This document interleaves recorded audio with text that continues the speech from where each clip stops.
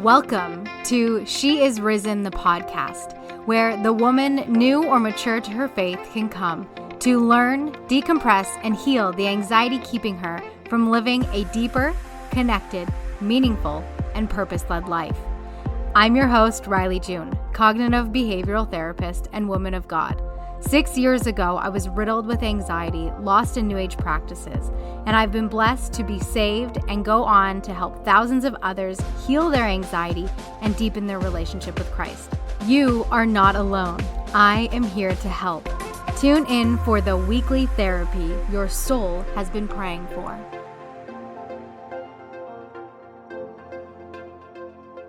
Hello, beautiful soul. Welcome back to another session. Today, we are going to be diving into how to find a sense of purpose in your life, the motivation to move forward when things don't seem like they are going your way, when you are feeling let down, tapped out, overwhelmed, or a circumstance you're dealing with just seems like too much to handle. This could even be you being on the other side of recently having gone through something really big, traumatic, tragic, or just really, it was just a challenge for you. You went through something that was really challenging. Now you're on the other side of it and your nervous system feels shot, your mind feels scattered, and you're not sure what to do with yourself moving forward. How to find purpose when let down or overwhelm is what you are facing right now. I'm going to interject an addendum into this episode. I had already recorded the whole thing, and what I realized was really missing was what I'm about to share with you right now. And then I'm going to let the episode continue to play forward. Finding purpose in your life is different than moving forward. Finding purpose in your life isn't always defined to a specific title, goal, or accolade or achievement that you are striving for. Having purpose in your life is about having your focus in the right place in Jesus Christ and recognizing that this very spot that you are in is purposeful and meaningful, even as it is. In the toils and the traumas and the heartaches, in the gratitude, in the gratefulness and the blessings of it all. When we start to make purpose mean something we haven't attained yet or achieved yet, we're always going to be outside of ourselves trying to strive for something that you do not have yet. And so this episode really, as I listen back to it, is more about how to move forward when you're in the letdown and the overwhelm and the scatteredness of whatever it is that you're going through.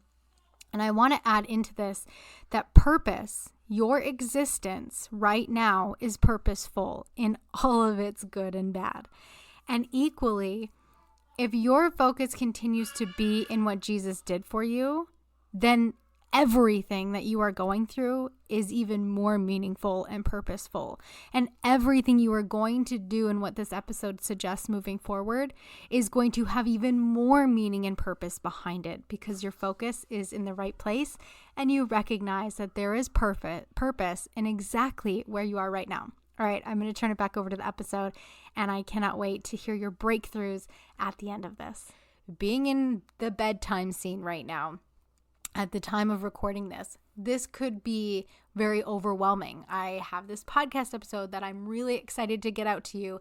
I have life happening behind me in other rooms of the house. And even though there is overwhelm, no mom likes to listen to her child cry. That doesn't mean that purpose or a passion or a way forward cannot exist in all of this life experience. And I was recently talking to a client, so this is what really inspired this episode. I was recently talking to a client who has gone through a pretty hefty relationship challenge, and it ended up in the relationship being dismantled. And there was many parts and pieces to all of that. And this woman is really feeling overwhelmed with her next steps forward. She spent countless years with this person. There was a lot of betrayal and deception and just lies that had taken place in this relationship. And now she's finding herself in this place where she is gratefully on the other side of it. This relationship is dissolved and all of that it needs to be. And she's working to find herself, but the shock is still there. It's still present. Her nervous system feels dysregulated naturally. She's having to reestablish her life now also without that traumatic and complicated situation weighing on her. You see, a lot of the reasons why women really struggle with this idea of manifestation and healing is because nobody talks about what happens when you're on the other side of a situation that's challenging. When you go through something like this woman did with a relationship debacle and you get to the other side of it and this person has left, things are settled, the courts are done with, and you're sitting on your home in your couch and your phone's not blowing up and your emails aren't blowing up and you're not having to logically anticipate another interaction, everything is settled and dealt with. Your body, your brain, your adrenals are not used to that. And so you sit in what feels like the same conflict as actually being in the situation, only this time you're no longer in it. You are truly on the other side of it. And so you get to do the reset work and you get to really reestablish a sense of normality and neutrality. And again, then comes the confidence and the peace and the joy. And I find that because we always bring Jesus into it. Why wouldn't we? He's literally the best. This mama also has recently found her faith through her struggles and her challenges. And what's so beautiful about it is that God often has a way of sometimes putting us through situations that are very unideal, very unpleasant, and very hard, because he wants us to understand that what he has prepared for us on the other side is not going to look the same, but he needs us to submit to him so that he can provide that way, so that he can provide that peace, so that he can show you his grace and his love and his mercy. And what's hard for a lot of people to wrap their minds around in both situations, let's say the non-spiritual, the non-religious, and then also the spiritually religious, is that when it's you facing you, when you're in it, when you're in the thick of it, whether you're in the challenge or you're on the other side of it and you're having to restore yourself, you're now faced with this, okay, what do I do next? My life is in shambles. I'm cluttered. I'm chaotic. I'm disorganized. I'm stressed. I'm worried. I'm exhausted. I'm overwhelmed and tapped out. And I don't know how I'm going to find my normal and, in a sense, new normal, because the chaos was also your normal for however long that you were in it. As much as that isn't ideal, it was normality to you. You knew what to expect. You knew your phone was going to blow up. You knew your maybe relationship thing isn't yours. You knew your finances were going to take a hit. You knew that this bill was going to show up, or you at least anticipated it.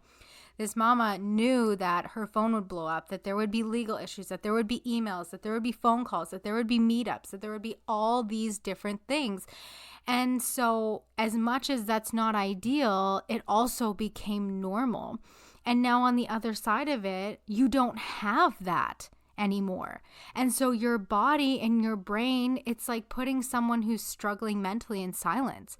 They will often go crazy with their own thoughts because they don't know what it's like to not have noise around them, to not have surrounding stimuli. And so you don't have that stimuli anymore. You don't have the stimuli of the challenge. So you have to sit in the silence of being on the other side. You have to reestablish a new normal. And yeah, oftentimes we'll think, well, that should be great because now they don't have all these communication issues and this relationship challenge and all this trauma that's constantly being thrown at them. But it's like an addict. When they quit whatever they're doing, they're drinking, they're drugs, they're smoking, or smokers, right? If you've ever been a smoker, you have likely struggled with quitting at some point, especially if you have actually quit long term or quit period.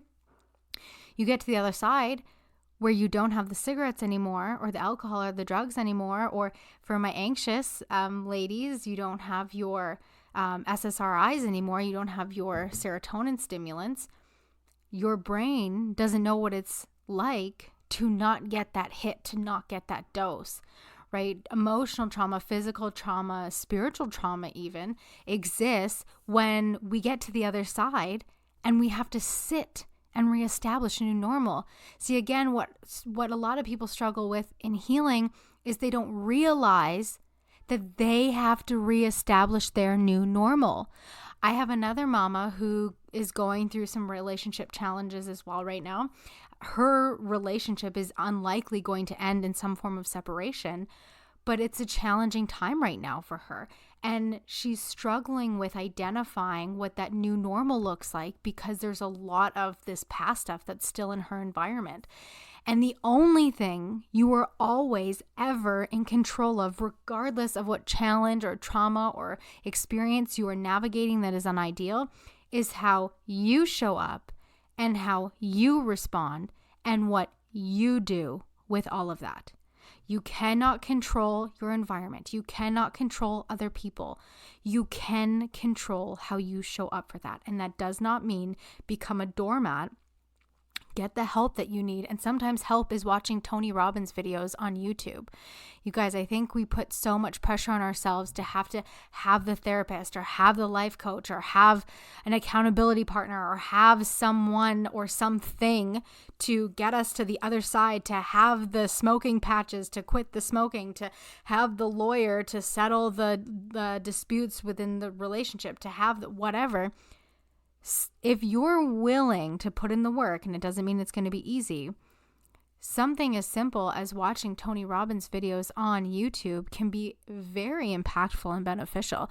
Listening to this podcast can be very impactful and beneficial if you're also willing to not just consume all the content, but watch a video or two, listen to a podcast or two, make a list, and start putting that into action for anywhere between 8 to, 16 weeks.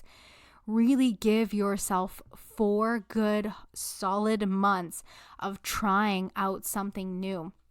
When God put it on my heart at the beginning of last year to become a present patient mom, I had no idea where to start, even though I'm a life coach. I had never worked on being a present patient mom. I'm grateful that I have the life coaching tools and skills and cognitive behavioral therapy tools and skills to be able to apply that to myself. But I too was lost because I grew up with a mom who wasn't present and patient, and I don't fault her for any of that. She just did what she knew to be normal to her, and it's great. I got to grow up and learn a new way. But I didn't know what that looked like. And so I started consuming videos of present patient moms. And I started joining programs that helped to establish conscious parenting. And I really dug, most importantly, headfirst into the Bible, because I understood that if I wanted to be better than my situation and myself at that point in time, I needed the guidance and the motivation and the courage and the strength derived from someone doing what I wanted, modeling it, but also the courage and the strength and the wisdom from God, who created me, who offers me a better way forward.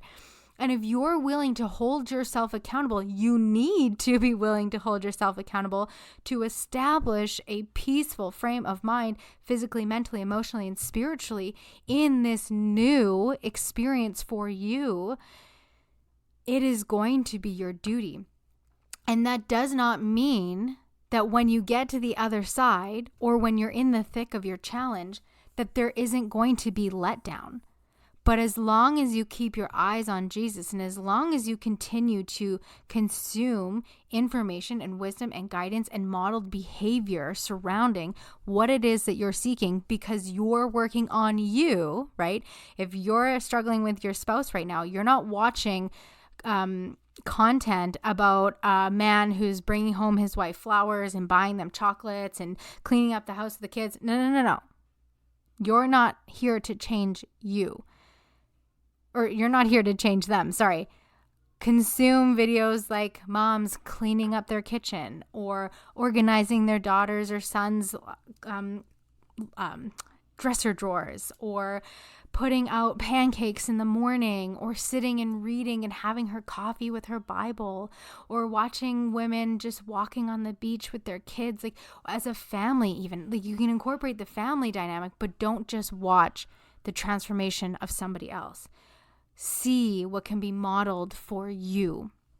So I want to break this down into 3 categories for you to really help you get clear on what exactly you can do to help you find purpose when you're feeling let down, overwhelmed, overstimulated, and disorganized in your life. So remember, this is all about you focusing on you. So the first thing that I would suggest is get really clear on your role. Get really clear on your role of what you're doing and how you're showing up. So pick something, right? If your thing right now is to really overcome your finances, that's the challenge for you, or really overcome a health circumstance, or really overcome a relationship issue, or you're really feeling down on yourself right now, or feeling lost in the depths of motherhood right now for whatever season or reason. Establish an area of your life and establish your role in it. What are you actually doing?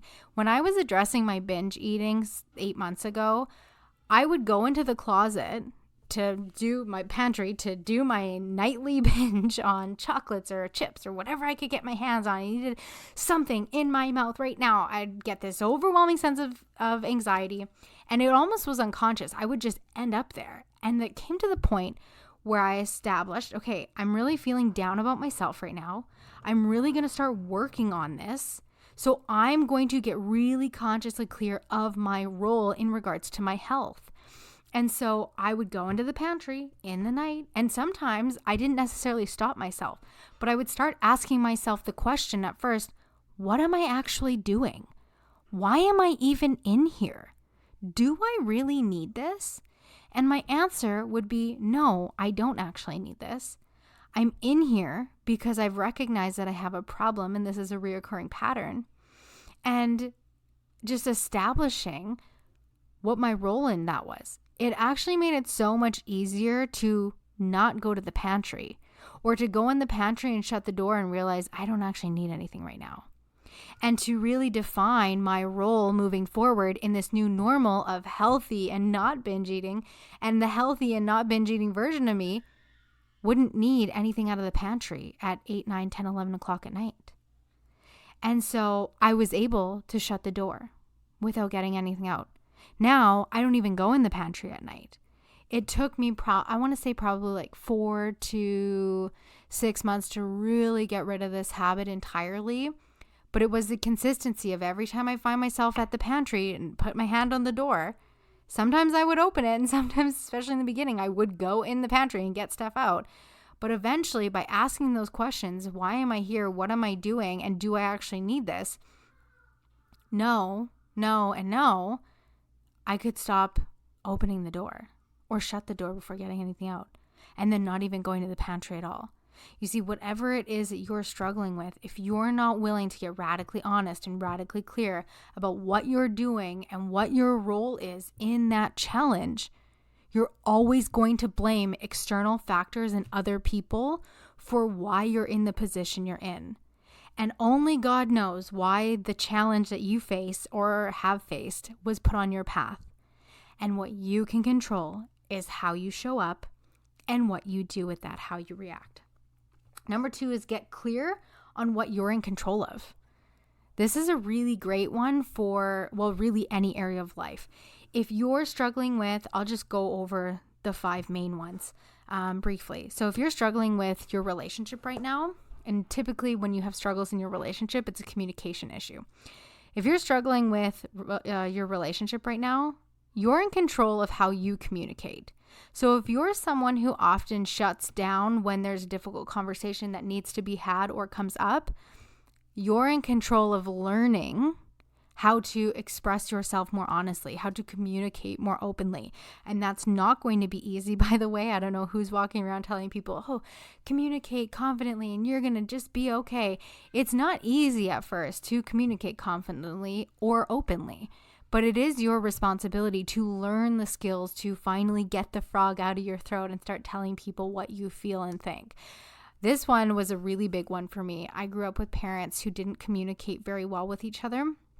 And again, I don't fault them. I'm actually grateful for the way that I was raised because it really taught me as I went through personal development and finding my faith, a better way to express. And me and my husband have a wonderful relationship today because I have taken the time to learn the skills to communicate. So I've also learned that with anxiety, I often want to shut down. So if there's a hard conversation that needs to be had or that is coming up, my initial response is to shut down. That hasn't gone away, even though I have learned to better communicate and more openly and honestly communicate.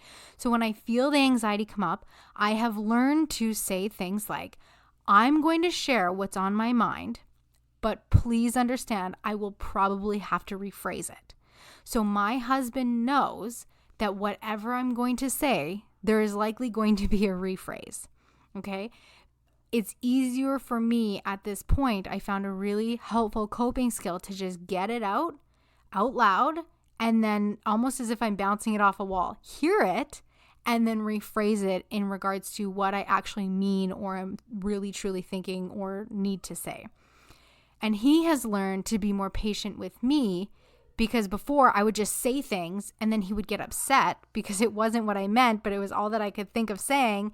And then we would have this issue. And so I have learned to context. I'll be like, okay, I'm about to say something, but in hindsight, I'm probably going to need to rephrase this. So just bear with me for a minute. Just give me a second to say it, and then I will have to rephrase it. Sometimes I don't. Actually, more often now, I don't have to rephrase it. I've just gotten better at thinking about it first versus having to say it out loud and rephrase it. But I digress. So if your issue in your relationship is communication, it is your responsibility to learn how to communicate better. And the best way to do that, by the way, is to start getting really honest with yourself. Because oftentimes what we'll do when we're insecure or we struggle with communication, it's really twofold. One, we have a physical response, so some kind of anxious response. You've likely grown up in a household where there was high anxiety. Communication wasn't something that was done very well, if really at all. Or you're in an environment, in a relationship where communication is a very triggering thing. So anything you want to say or they want to say often leads to headbutting to some minor or major degree. And so there will be a physical response of anxiety. The second piece to that is you've likely never had a space to speak openly and honestly without your words being judged or twisted back on you. And when you have struggled with those things in your life and you haven't had a safe space to openly, honestly communicate, having someone, even if it's one person, that's why therapists are really great, or life coaches are really great, or a very trusted, valuable friend is really great, assuming your spouse is the person you're struggling communicating with, because it allows you the space to start regulating your nervous system surrounding communicating your thoughts and your feelings and your actions. Now, I'm not saying go outside your marriage to learn how to do this. I want to be very clear. I do highly believe and recommend that you always start with your spouse, even if it is really challenging for you, because that's like you chose to marry this person, and you get to also, as a woman, respect the fact that you did that.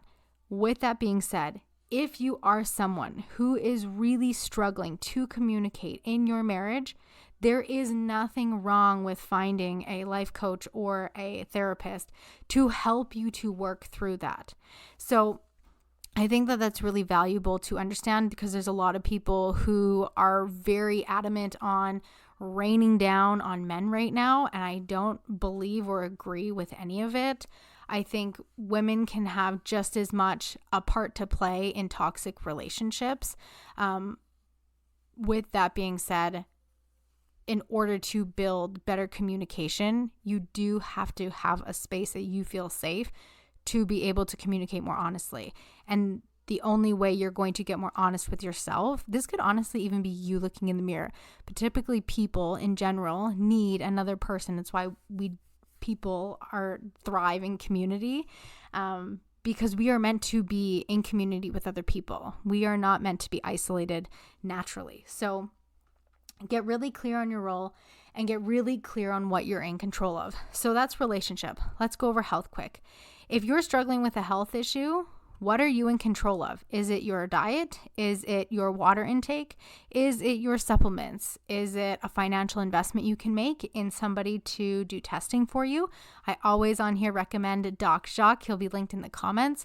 If you're struggling with anything in regards to health-related issues, hormones, you find yourself really tired all the time, health is really at the forefront of your priority this year, I always recommend my clients go and do testing with DocShock. A lot of people don't realize that a lot of the reasons why they are so imbalanced is because of nutrition deficiency. And in many cases, people actually end up coming to find out, if they don't have adrenal burnout, adrenal issues, that it's mold issues that they're suffering from. And then he takes you through a really powerful detoxing process. So what are you in control of? Is it your exercise, right? If you eat relatively healthy, if you feel relatively good, but health is really a priority to you and you're not getting a lot of movement throughout the day, what can you do to incorporate 10, 15, 20 minutes of movement in your day? My favorite program right now is the Ladies Edge. I've been doing this for 3 years now. The founder, Michelle Bishop, and co-founder, Terika Wetzel, are amazing. They have an incredible community. It's $50 a month, and you get Monday to Friday daily workouts. They have pop-ups on Fridays and Saturdays, and the other coaches on there are absolutely just the bomb. I love it. 23-minute workouts at home. If you ever follow along with my stories, I typically post daily, crushing my 23 minutes. It is the best as a stay-at-home mom. And honestly, just even in general, I don't have an hour or 2 hours or the financial freedom to be going to the gym and paying for babysitters and daycares and stuff. And it's just like, this is literally everything wrapped in one. So what are you in control of? If it is your finances, you're in control of your spending. You're in control of what's going on in your financial life. Maybe you don't make the money that you want to be able to pay all your bills in full. Maybe there's a lot of stress around the growth of our water bills and our power bills and our gas bills and our groceries. And those are all very real things. Our mortgages and our interest payments, those are all very real things. But you're in control of what you do with your money, and you're also in control of being able to make more money. Maybe that's making workbooks or journals on print on demand on Amazon. You can do it through Canva. Maybe you pick up a craft or a hobby, you crochet, or you make shirts, or you do jewelry, right? There's so many ways to truly make extra money. And if you're someone who's uncomfortable with posting on social media, there's ways around it. Go find local markets and fairs in your city and like create something, right? Like there's always truly an opportunity if you're really willing to put in the work and have the discipline to see it through.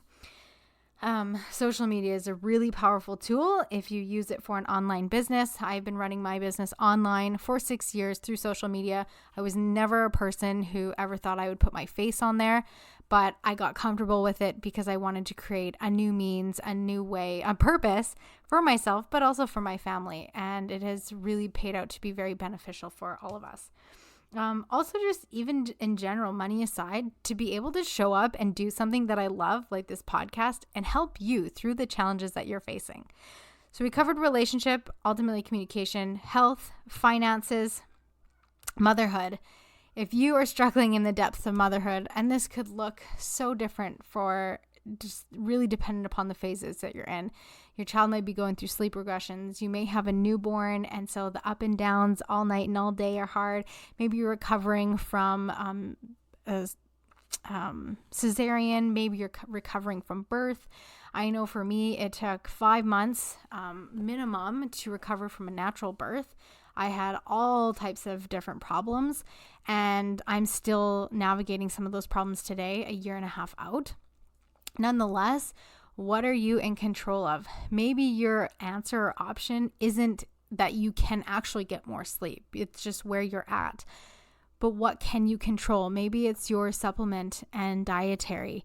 Like you're in control of that. Maybe it's actually letting people that are offering you the help to come and help you.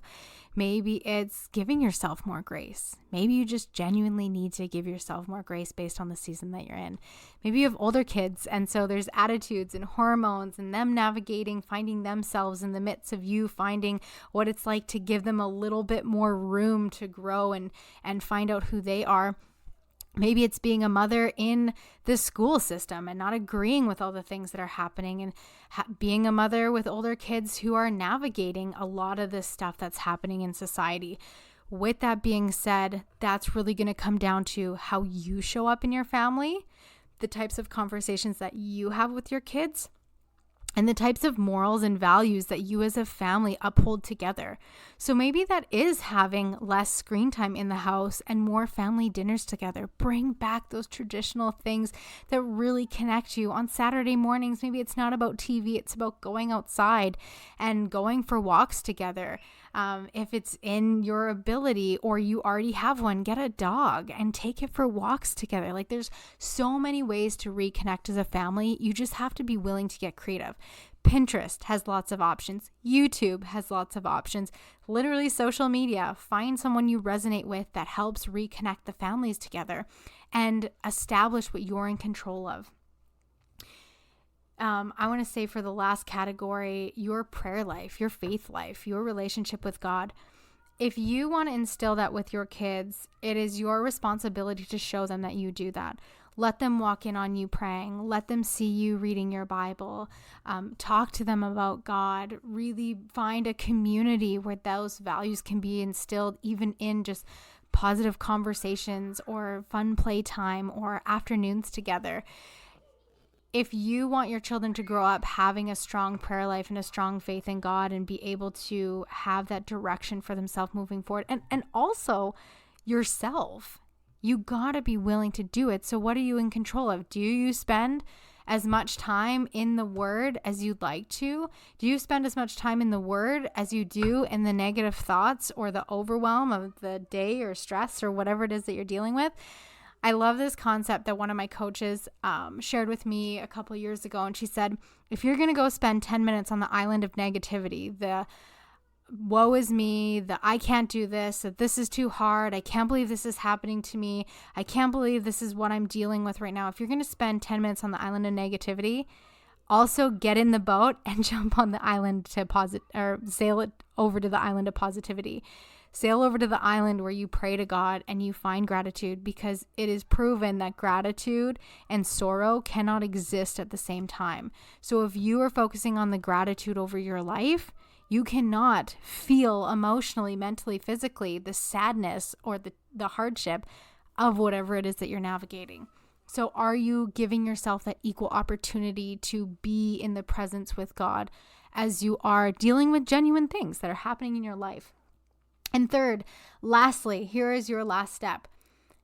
Don't be afraid to pivot. Now, I know that's a catch-22, easier said than done.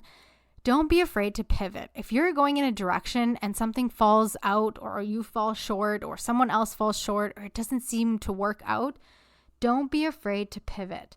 Also, you can dial back your plan. I don't think a lot of people really realize, and this is something that I noticed to be a consistency with a lot of my clients when they're struggling with changes in their life, dial back your plans. If you're running 100 miles an hour to all the children activities and all the things that you're doing, and you're in all the programs and you have all the therapists and you're dealing with all the things in the house and life and everything, how do you ever expect to have the time to make any genuine changes in your life when your schedule is full? You have to learn to start saying no to some things so that you can make room for the things that are worthy of a yes from you, that are worthy of a better yes from you. So dial back your plan so you can actually take inventory of what is not serving you, instead of just guessing, well, this isn't serving me, and that might not be serving me, and I don't know about this, and I don't know about that. What's not actually serving you, you'll never truly know until you talk it out, communicate openly, honestly, but also take that assessment to give yourself some time to really break it down. You could write it out.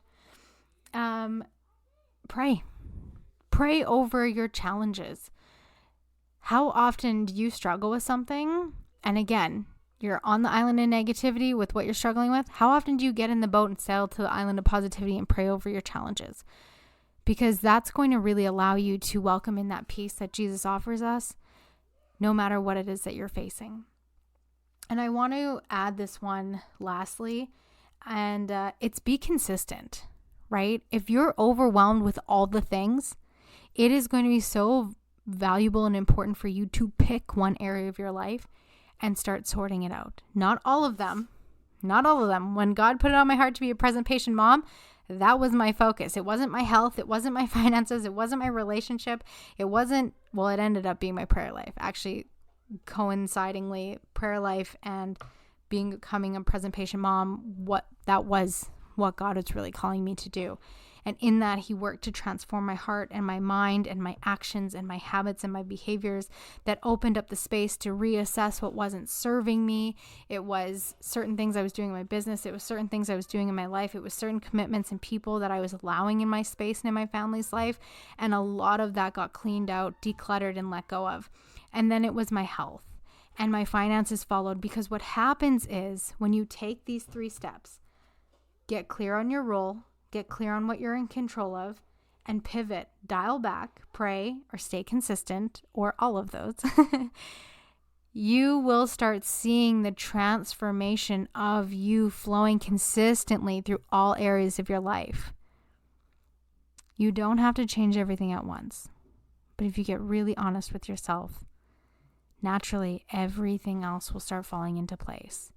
And it's a beautiful dance that we do with God in our hearts as you build that relationship, as well as your role, your accountability, your consistency.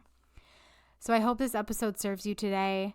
If you are feeling disorganized, cluttered, and overwhelmed with your life right now, and you are looking for that powerful breakthrough, breaking down what this looks like for you, my breakthrough sessions are 20% off from now until February 8th. You can book it with the code CLARITY on the website, rileyjune.ca, and it's under sessions and courses. So it is there for you if you are looking for that support. I hope you enjoyed this episode. I am so excited to see you all next week, and I hope you have a wonderful day restored in Christ.